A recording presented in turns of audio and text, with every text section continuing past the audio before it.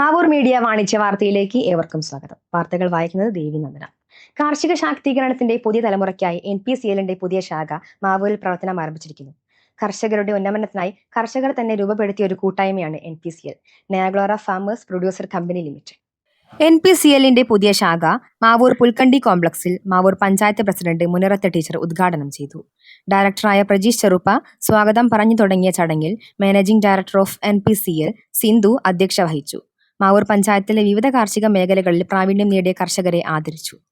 കാർഷിക മേഖലയിലെ മൂല്യവർദ്ധനവിനും കയറ്റുമതിക്കും പ്രാധാന്യം നൽകുന്ന കേന്ദ്ര സംസ്ഥാന പദ്ധതികളായ അഗ്രികൾച്ചറൽ ഇൻഫ്രാസ്ട്രക്ചറൽ ഫണ്ട് AIF, കൂടാതെ PMFMA, ESS, PMEGP തുടങ്ങിയ സ്കീമുകളെക്കുറിച്ചും സംസാരിച്ചു. എല്ലാവർക്കും നമസ്കാരം. കുറേ വർഷങ്ങളായി നമ്മുടെ അശ്രാന്ത പരിശ്രമം മൂലം ഈ മാവൂർ പഞ്ചായത്തിൽ നമ്മുടെ ആദ്യത്തെ ബ്രാഞ്ച് വരികയാണ്.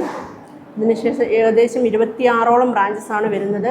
കൊയിലാണ്ടി, നിലമ്പൂർ, നടുവണ്ണൂർ, കൂരാച്ചുണ്ട്, അങ്ങനെ 26ഓളം ബ്രാഞ്ചസ് വരുന്നുണ്ട്.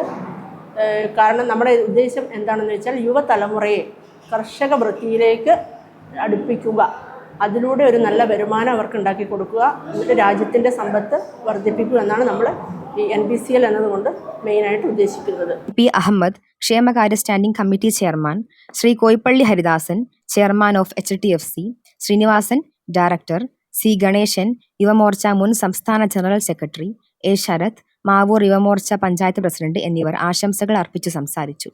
ഡയറക്ടറായ ജാൻസി നന്ദി പറഞ്ഞു.